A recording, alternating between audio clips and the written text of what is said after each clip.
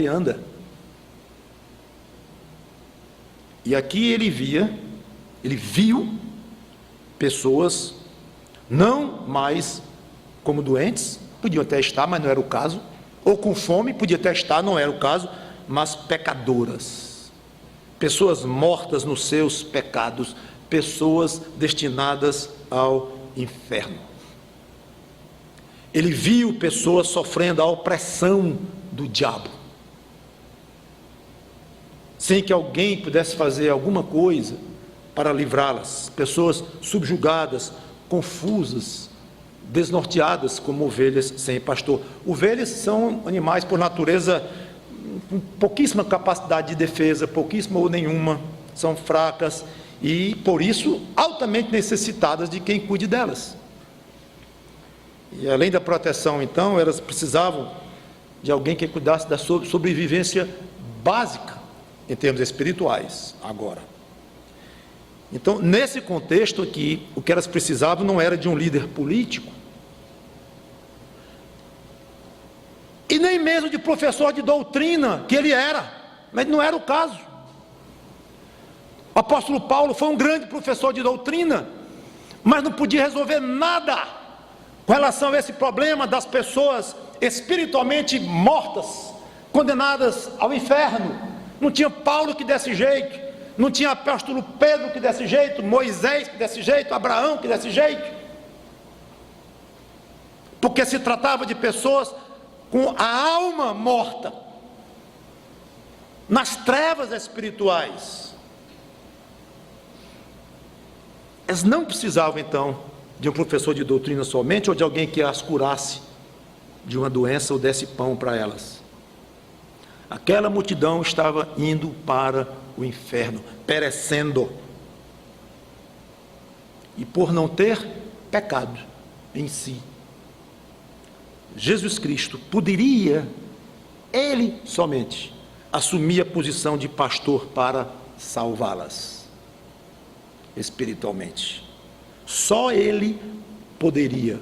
Ali estava não era era o único ser humano que já nasceu, que poderia se tornar, poderia dar solução, melhor dizendo, solução para aquele problema, ou podia dar vazão à sua compaixão, porque ele compadeceu-se pela perdição das pessoas. Tinha um problema muito sério pela frente, ele teria que morrer, e ali estava uma prova de fogo para a sua compaixão.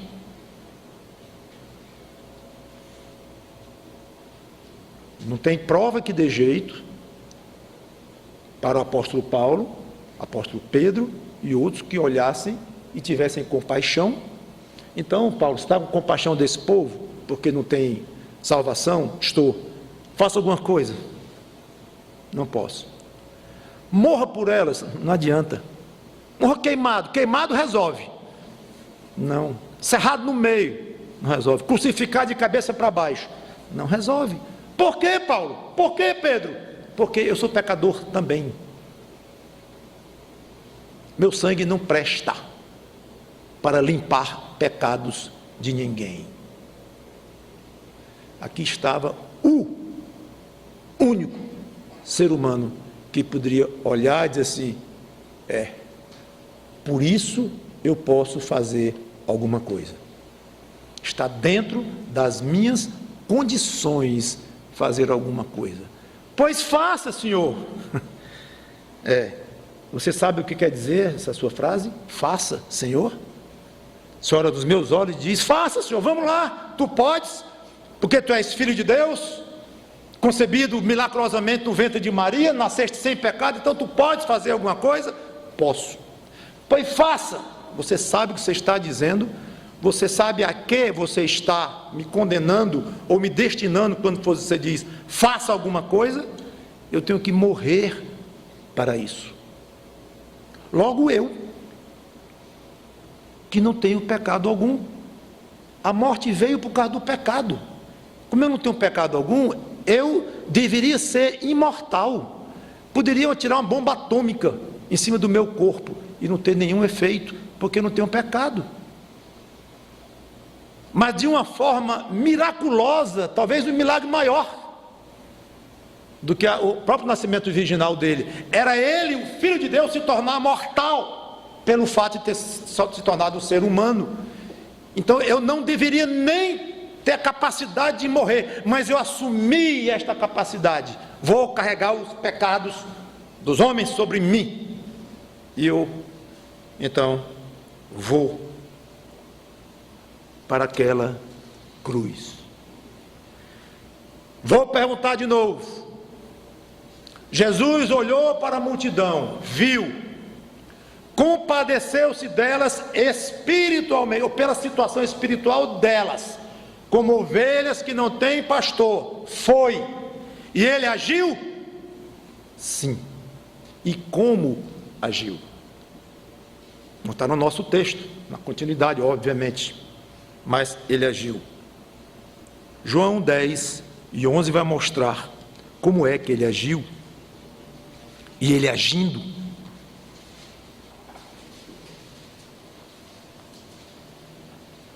João 10:11, ele diz: eu sou o bom pastor. Ele ficou com pena da multidão, por quê?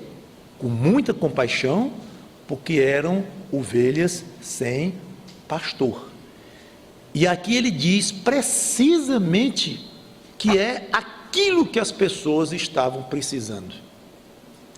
Mas para se tornar o bom pastor, eu sou o bom pastor. O bom pastor dá a vida pelas ovelhas.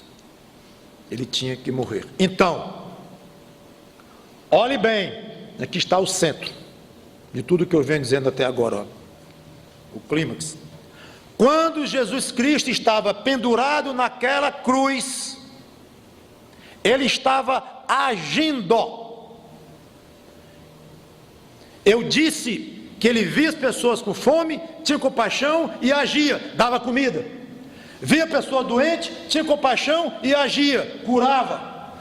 Aí eu perguntei, ele viu as pessoas, teve compaixão delas porque estavam indo para o inferno, e ele agiu? Aqui no texto não dizia, mas resposta, agiu na cruz. Quando ele estava ali, ele estava trabalhando, ele estava agindo, ele estava provando que aquela compaixão que ele sentia quando via as pessoas espiritualmente mortas e confusas como ovelhas que não têm pastor, ele provou que era uma compaixão absolutamente legítima, genuína, e ele provou da pior forma possível, dizendo de outra forma, da forma mais sofrida possível, mais dura, que mais exigia dele. E se você pensa que a pior parte da cruz dele foi as dores físicas dos cravos, da lança, dos espinhos, dores físicas, não foi. E que foi a dor moral de estar ali sem roupa, humilhado, cuspindo na cara dele, as pessoas, os guardas, era isso que mais doía nele? Não, ainda não. E o que mais doeu nele é que o pai dele tirou os olhos de sobre ele, porque ele estava carregando os pecados das pessoas, os seus, de uma maneira tão real, que o Deus Santo, que não pode comungar com o pecado, disse: eu não posso mais nem olhar para você, meu filho querido, e ficou insuportável olhar para você. Eu não comungo com quem tem pecado, eu sou um Deus santo. E o pai deixou de olhar para ele, e ele clamou: meu Deus, por que me desamparaste? Ele ficou absolutamente só. Este foi o maior sofrimento do Senhor Jesus Cristo. Essa é a morte espiritual que ele provou por nós, que ele não provou só a morte física, em ter morrido e ressuscitado 3 dias depois, mas morte espiritual, o que é? É a absoluta separação de Deus. Isso é morte espiritual. Então Jesus provou a morte espiritual por nós também, além da morte física? Sim. Naqueles momentos, depois voltou a comunhão dele ao Pai, a ponto dele dizer: está consumado, em tua mão, ó Pai, entrego o meu espírito. Pronto, ele não estava mais abandonado. Então, durante alguns momentos na cruz, ele sentiu o inferno, que literalmente a separação da alma com Deus. E ele sentiu isto por nós. E ali ele estava agindo, mostrando que não é uma compaixão da boca para fora, como muitas vezes a sua é, como a minha é. E vamos já comentar isso antes de encerrar. Que demonstração ele deu da força da sua compaixão. Interessante, nos milagres ele mostrava compaixão através do uso de muito poder, multiplicando pães, peixes, levantando mortos. Agora é o contrário, na cruz se torna muito mais difícil, porque ele abre mão do uso de poder. Ele poderia ter usado o poder dele, anjos poderiam ter vindo socorrê-lo, mas ele abriu mão. Abrir mão de poder é muito mais difícil do que o uso do poder. Antes não lhe custava usar o poder que ele tinha em abundância. Agora a sua compaixão lhe exigiu o sacrifício máximo da própria vida. Então eu quero passar para o aspecto prático e falar sobre você. 2 pontos que eu quero tratar. Primeiro, compaixão pelo sofrimento humano e as necessidades materiais, que eu já comentei que Jesus tinha muito. Normalmente nós somos fracos nisto.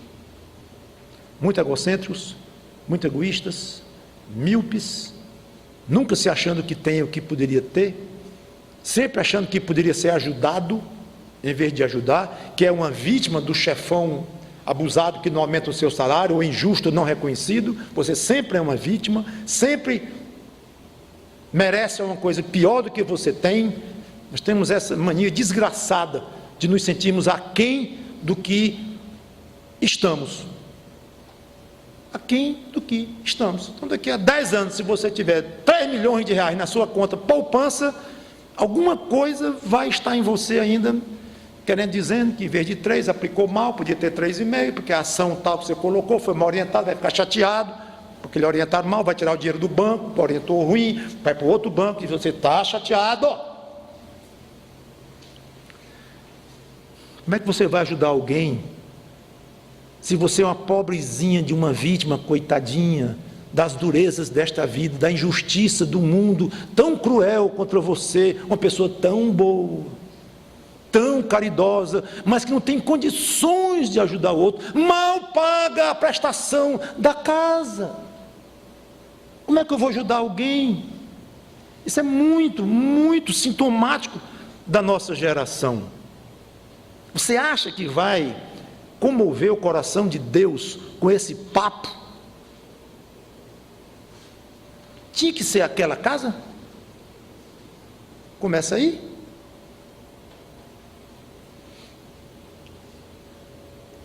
Você tem se exposto às pessoas necessitadas? Como? Quando? Responda. Ah, pastor, eu não tolero hospital. Peraí, eu falei hospital? Você que está falando.